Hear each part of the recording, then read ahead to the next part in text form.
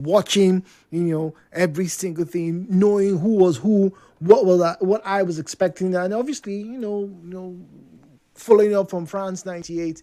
And the beautiful pictures that we got to see, and who can forget the legendary Rashidi Yekini, bursting into the net and hugging the net. It's probably one of the most iconic celebrations of all times. It really is that particular Rashidi Yekini picture. You see it 1,000 times anywhere. You just know that's the Nigerian striker Rashidi Yekini, the late Rashidi Yekini.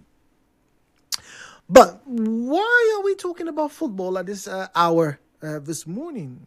Yes, you obviously know in the past 72 hours that the Super Eagles, defeated Algeria, in a very lovely match. And not because I'm a Nigerian, but I think because the match was played at a good pace from the start to the end. Nigeria and Algeria made it a very worthy spectacle. Yes, the Algerians didn't particularly bring much to the table in terms of, goal and goals attempt. But, they did make it interesting. They did. They really did make it interesting. But it is the fallout of that particular match that we're talking about this morning. We're talking about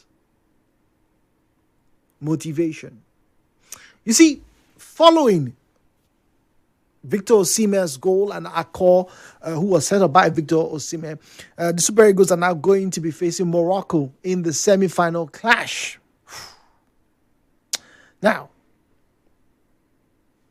the president, Bola Ahmed Tinubu, praised the Super Eagles for defeating Algeria. Also, the chairman of BUA Group, Abdul Samad Rabiu, pledged $500,000 to the Super Eagles if they win the semi-final clash against host Morocco, alongside an additional $50,000 for every goal scored in that match. It didn't stop there. The Post later on goes on to state that that's the chairman of BUA, would give $1 million as reward if the Super Eagles go on to win the final, with an extra $100,000 per goal in that game.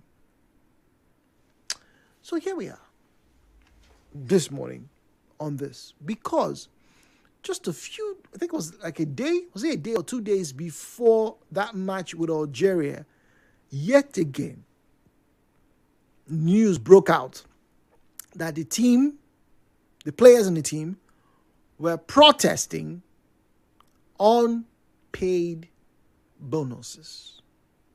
And then a few hours later, I think about half a day later, we got to see the post where, it stated that, the banks have been aware, they've cleared, and, they should be receiving their monies very shortly. Okay, all right, good. Now, the song we listen to, I would not lie, right?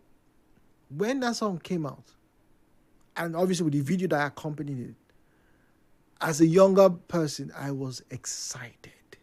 And I mean excited. I'm going to go as far as saying that, see that 2006 World Cup, right? And the last AFCON were probably my favorite football tournaments I have witnessed in my lifetime. Last AFCON was so passionate. It's not just because Nigeria went all the way to the final, but the play, the upsets were so... You could have written a better script. That I remember back then, a lot of people genuinely forgot that there was the English Premier League ongoing side by side with AFCON. AFCON was front and center. ESPN covered AFCON. CNN talked about the AFCON. The BBC couldn't get enough of AFCON. That tournament was brilliant. It had everything. It had drama. It had, obviously with the host coming from near defeat, nearly being kicked out to winning it. It had everything. It was a fairy tale end to a fantastic tournament. Turnout records broken in that tournament. But I asked this morning, apart from financial gains, how else can people be motivated? Because I remember when we were in secondary school, the dream of many a footballer in my class that time was, make I just wear Super Eagles jersey. That's all. Let me just feature once. Money is good, don't get me wrong. But is money really the only motivation to get people to play for their country?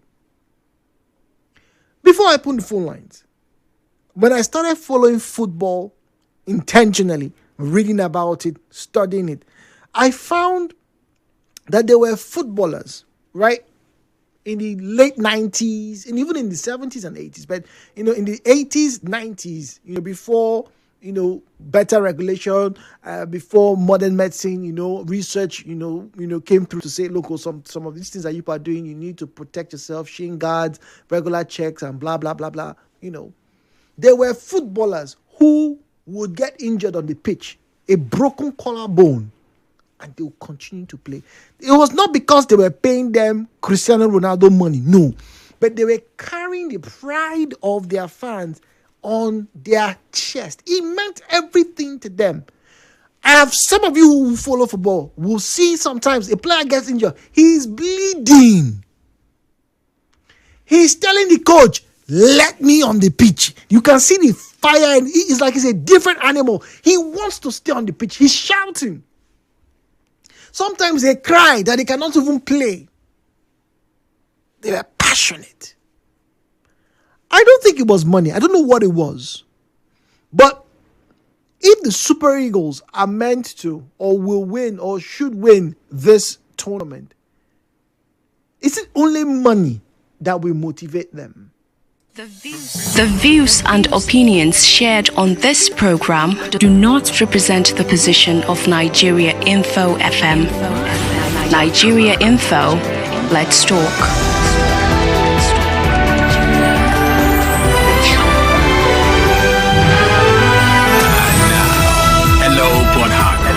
With Jude on 92.3 Nigeria Info. 017-923-0007, 0817-923-0007, 0817-923-0007, 0817-923-0007 is the number. Call us. Let's have a conversation with you. We have an alternate number, 0817-923-0003, 0817-923-0003. Apart from financial gains, how else can people be motivated? If you don't have 200 million coming into your accounts to play for Super Eagles, what else can we do to get you to play? Or, if they said, oh, let's all come out and clean, or if they said, oh, we need to have a road, cleared here, a path cleared so that companies can come through, do we need to offer money before people would be motivated to carry out that task? Let's hear from you. WhatsApp is 0809-030-6416, 0809-030-6416. All right, 0809-030-6416. All right, 0809-030-6416. All right, straight off, messages coming through on WhatsApp. This one says, Jude, good morning. I think, unfortunately, the passion you talked about isn't as much as it used to before. Money has literally covered every part and facet of human existence. That's why you hear the phrase, everybody has a price.